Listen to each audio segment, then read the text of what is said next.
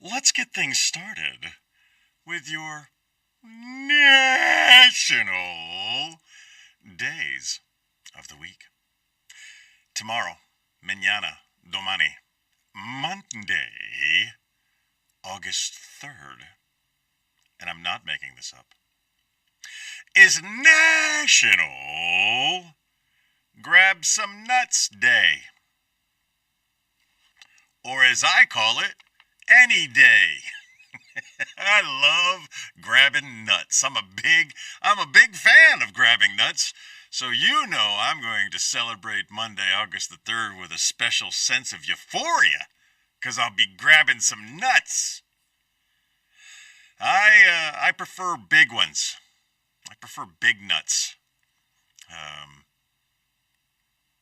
I mean, I can deal with little nuts, but if I have an option, I like them.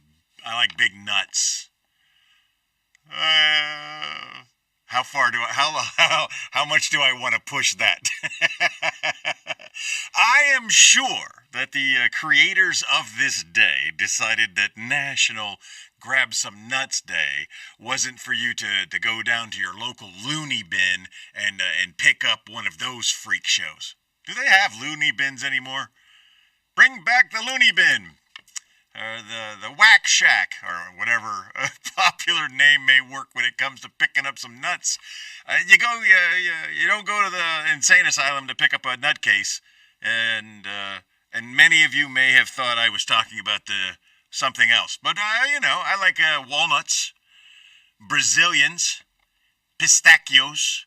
These are my nuts. These are the nuts that I'm going to be grabbing on Monday, August the 3rd, National Grab Some Nuts Day. How you choose to celebrate, now that's on you. Try to find a way to celebrate every day, and if you need a little push in the right direction, check out National Grab Your Nuts. Grab some, and yours, why not? Grab Some Nuts Day, Monday, August the 3rd. To your comments, I see them popping in, but I can't switch over to them. Chat box is not updating. Tuesday, August the 4th, is National Single Working Women Day. There are so many ways I could go with this. Every one of them guaranteed to upset someone. Why did someone find it important to give single working women a day? We don't need that. We don't need that. If you're a single working woman and you should not get special accolades for being like everyone else that is single and working. Men and women. I don't know, I don't investigate these things. I asked the chats to bring up some options. It gives me 4 options, and I wanted to go with White Wine Day. I could have some fun with White Wine Day. It's all about what I think I could have fun with. But I also think I could have fun with making fun of the fact that someone thought it was a good idea to have Single Working Women Day. Maybe Single Working Mom Day. That's a good one. Could have done that. Because they're just a little bit different, because they're single and they're working, which everyone that's not married is single and working. And then, but they're a mom. So there's the extra added complication of being a mom. And if there was a Single Working Mom Day, I think my thing would be saying, well, go get a man. Don't be single anymore. Or put the kids in an orphanage.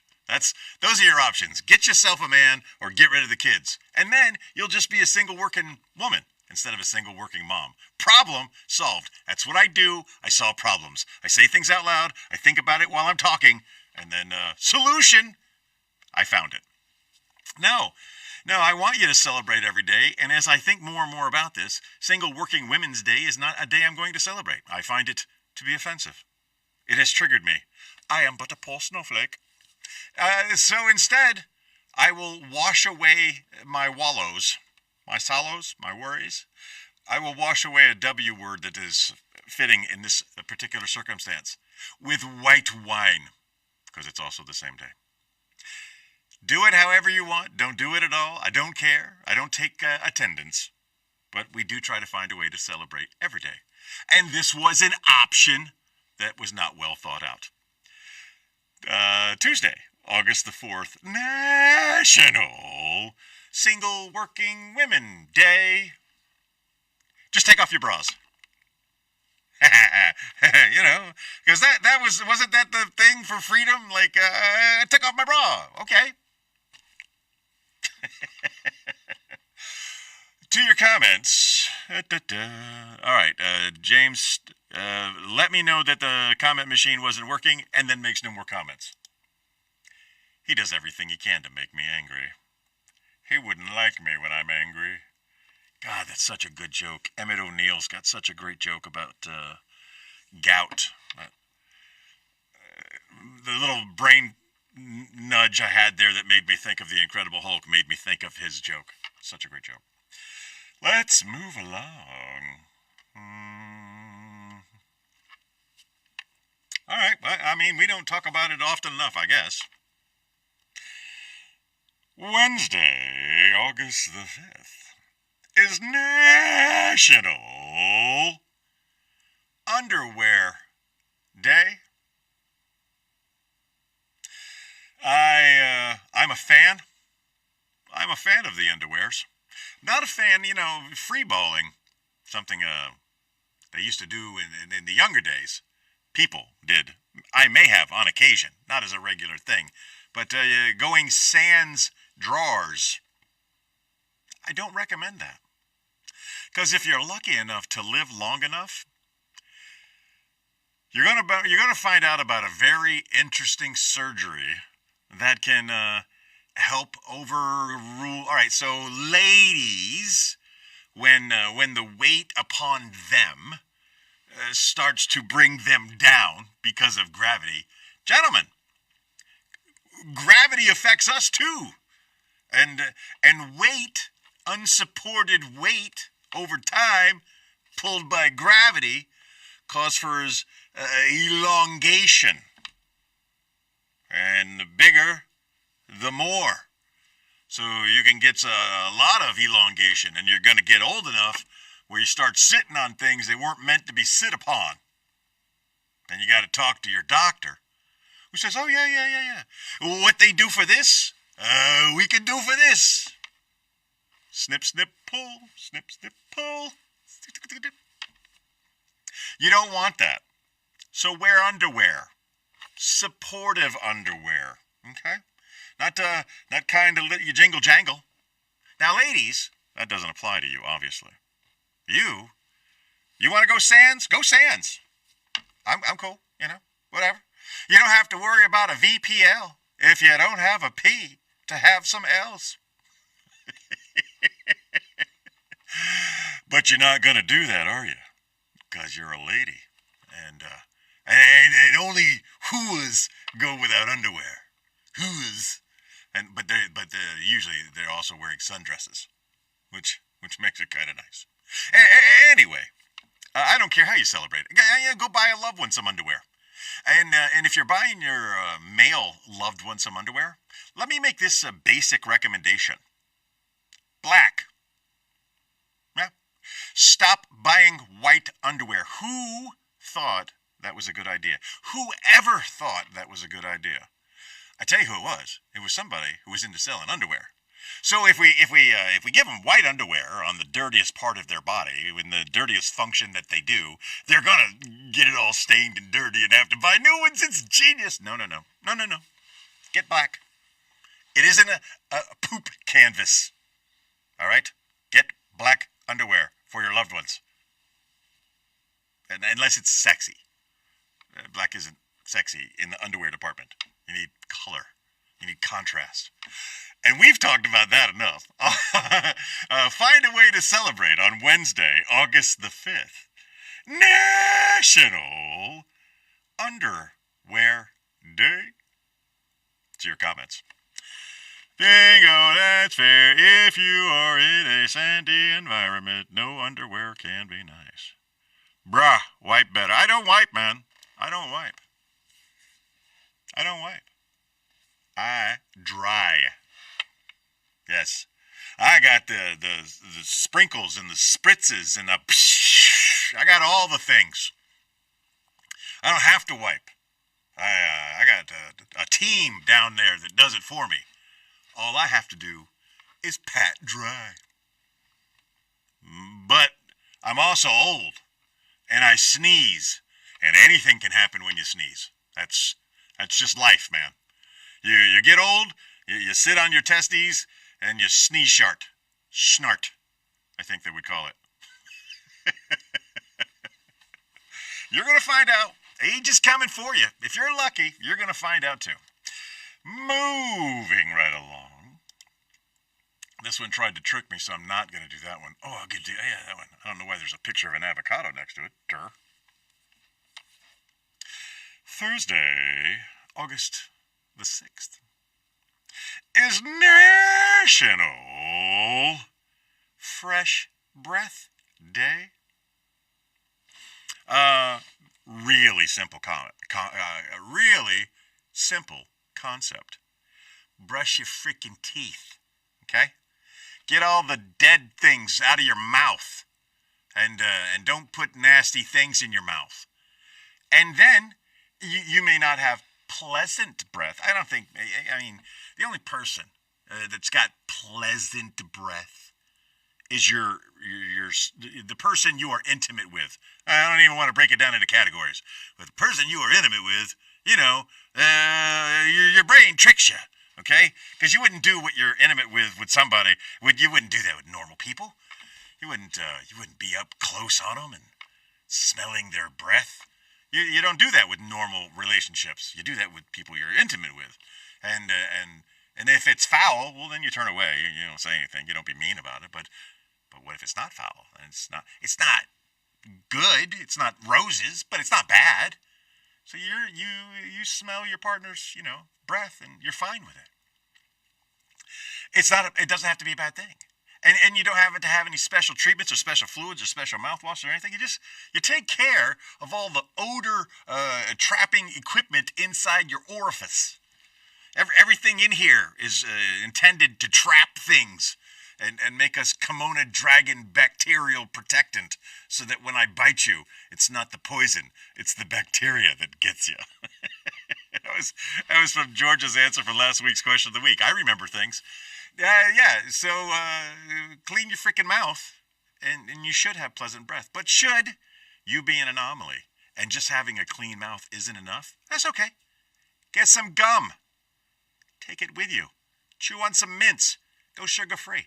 Do whatever you need to do, so that when you are speaking to someone, they are not repulsed by your mouth odor. Yeah, I hate bad breath. But also, you are responsible for your own nose, okay? You are responsible for the odors that you are taking in. If there is an odoriferous sense, back up. Maybe you're a little too close, all right? Turn away. You don't need that directly. Offer them a piece of gum. Always have gum on you. Always have a knife. Always have some gum, okay? Always have a knife, because you never know when there's going to be cake, or you might need to cut somebody. Always have gum, because you never know when your mouth's going to need a little moistening, or someone else is going to need a little freshening. These are the essential things in your pockets. Knives and gum, okay? And if you're ever offered gum, always accept, because they're trying to politely tell you got stank breath. Is that enough? I think it is. Think about that. On Thursday, August the 6th, National Fresh Breath Day. To your comments, I am liking the setup. The setup is much better. You don't see me looking way over there for this or over there for this. I'm eye level, and I've got the boomity booms and the boppity bops and the beepity boos. Yes, Yes, it is European of me. And why do we not do this in America? Why do not more toilets have bidets on them?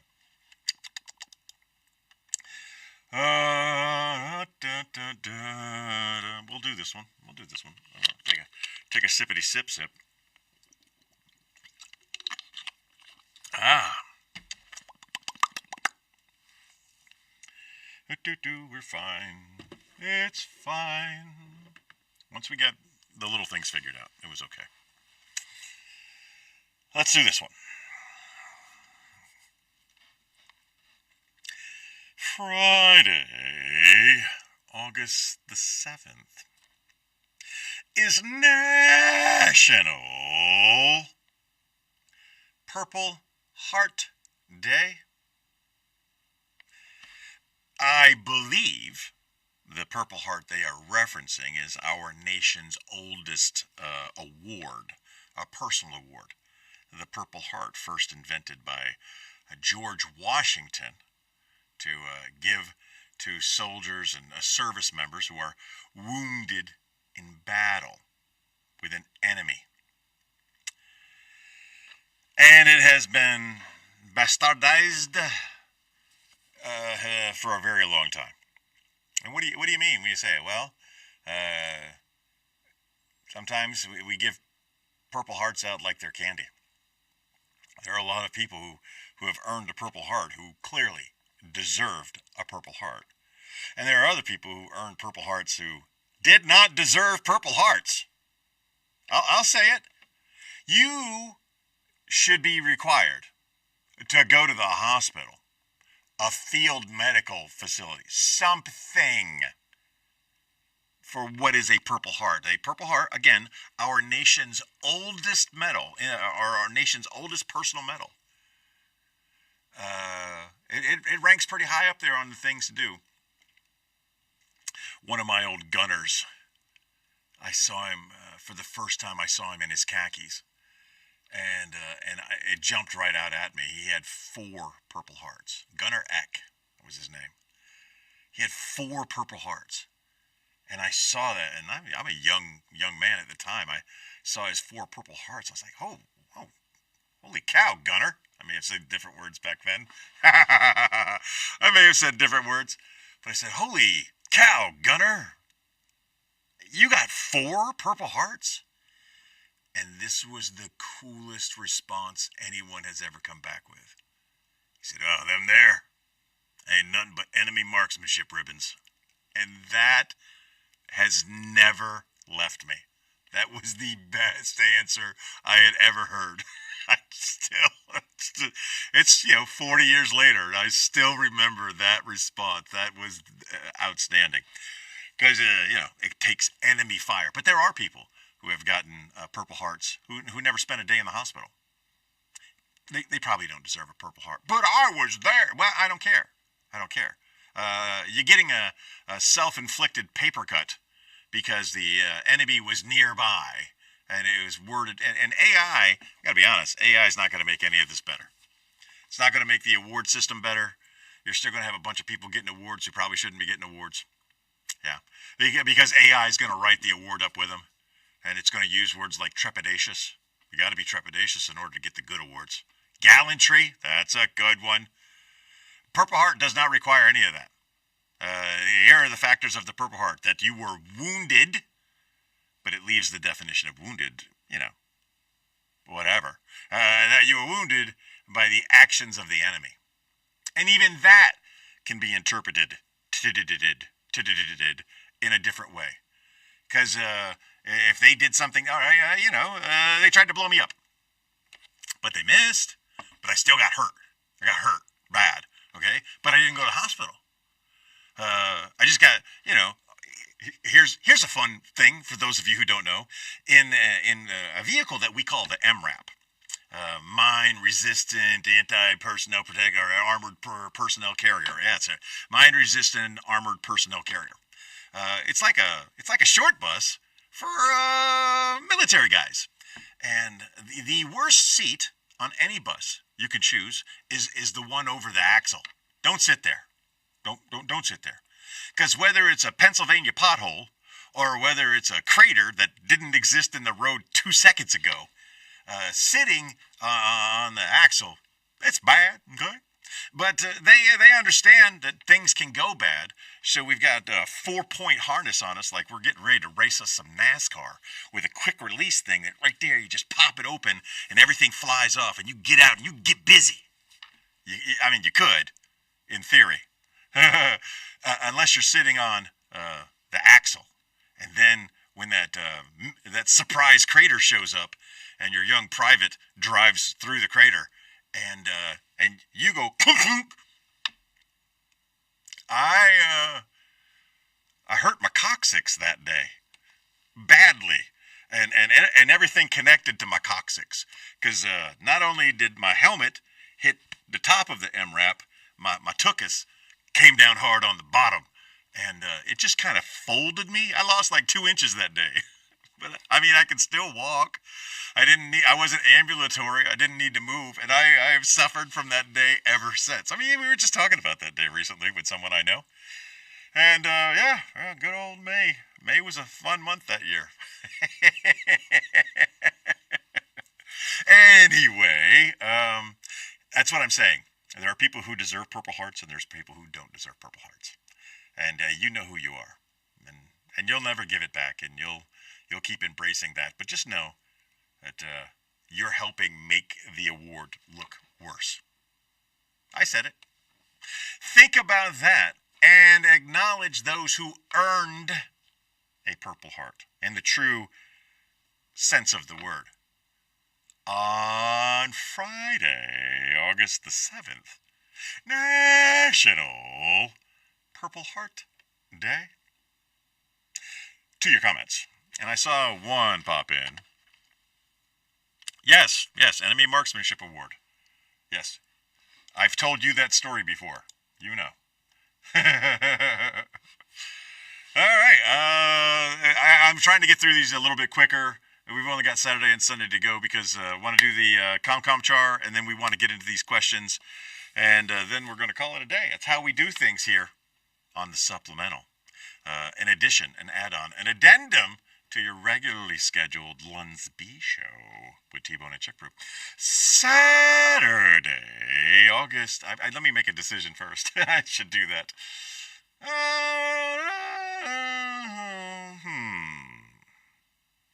I'm going to do this.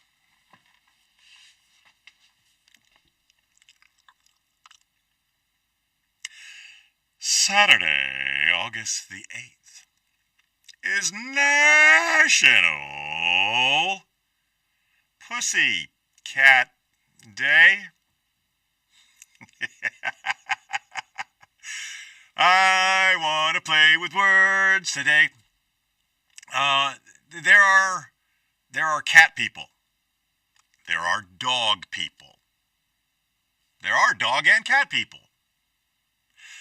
I was a cat person, but I was also a dog person. But I was also a cat and a dog person. But that was a different time.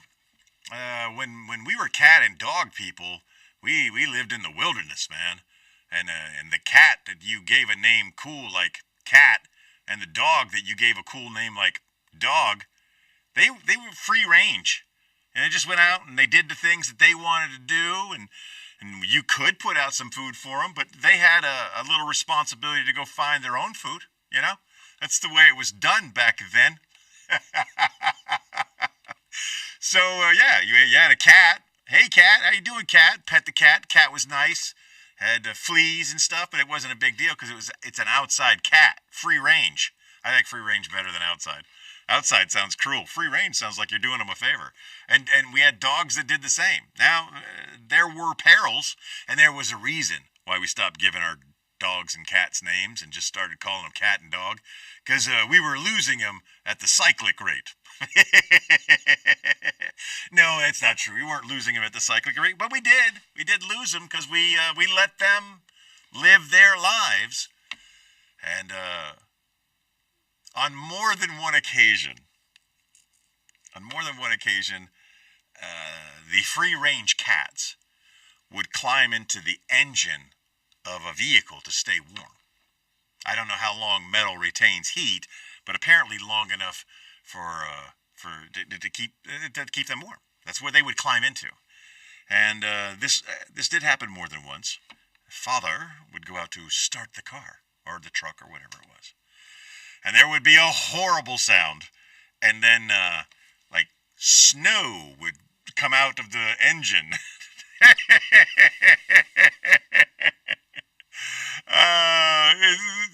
The fur of the cat would find its way out of the engine. The cats would crawl up in the engine to stay warm. He'd turn on the engine, and they died a horrible but quick death.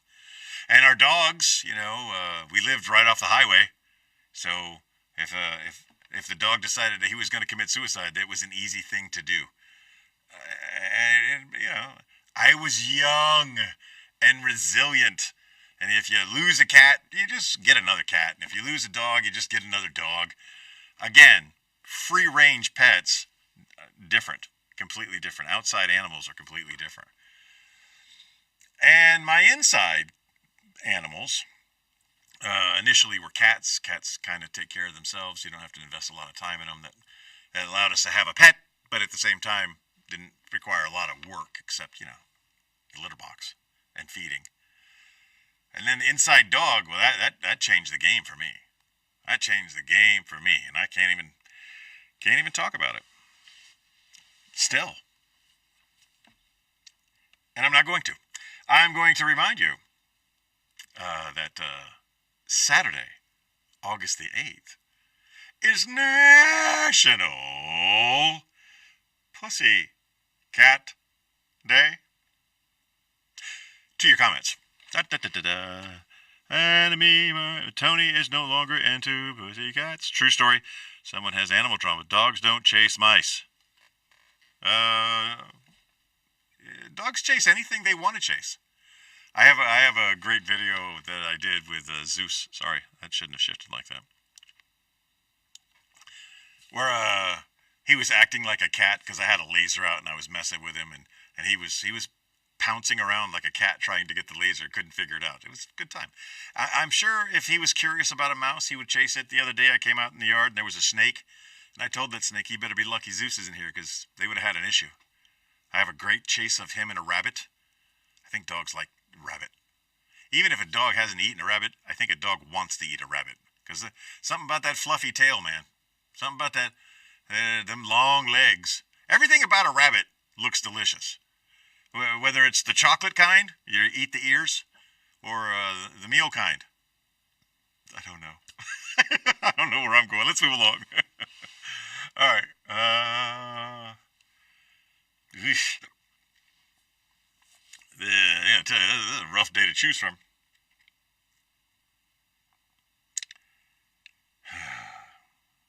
We'll try it.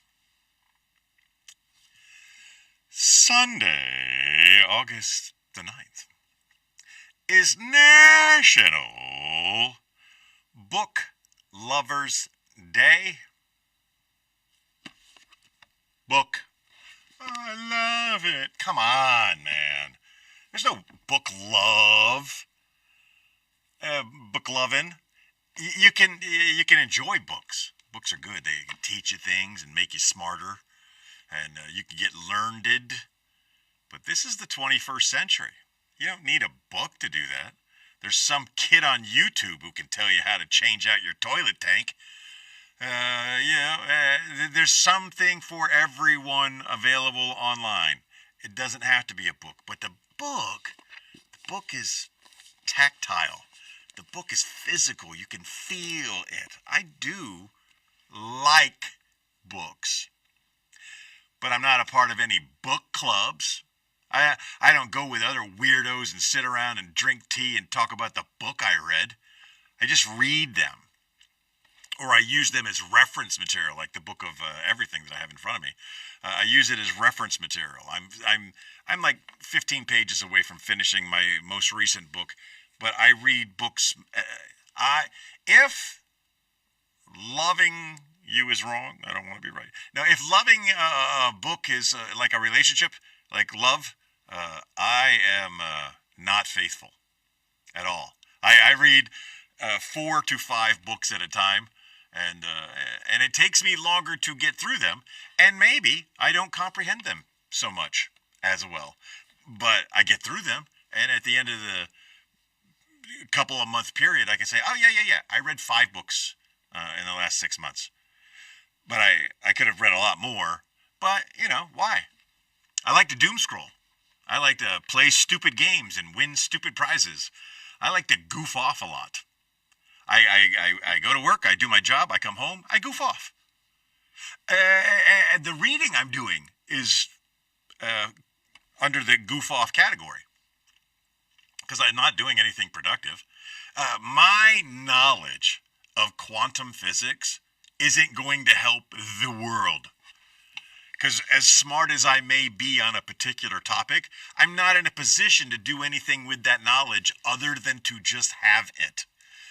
And I had an epiphany on my deathbed, and I just remember thinking, I learned all of this stuff, and I did nothing with it. And that, it's not a good way. It's not a good way to celebrate National Book Lovers Day. But it was an epiphany. So I still read for pleasure in my goof off time slot throughout the evening. And you should do it too. But don't love your books. Like them. Enjoy them. Keep it plutonic, okay? Keep it plutonic.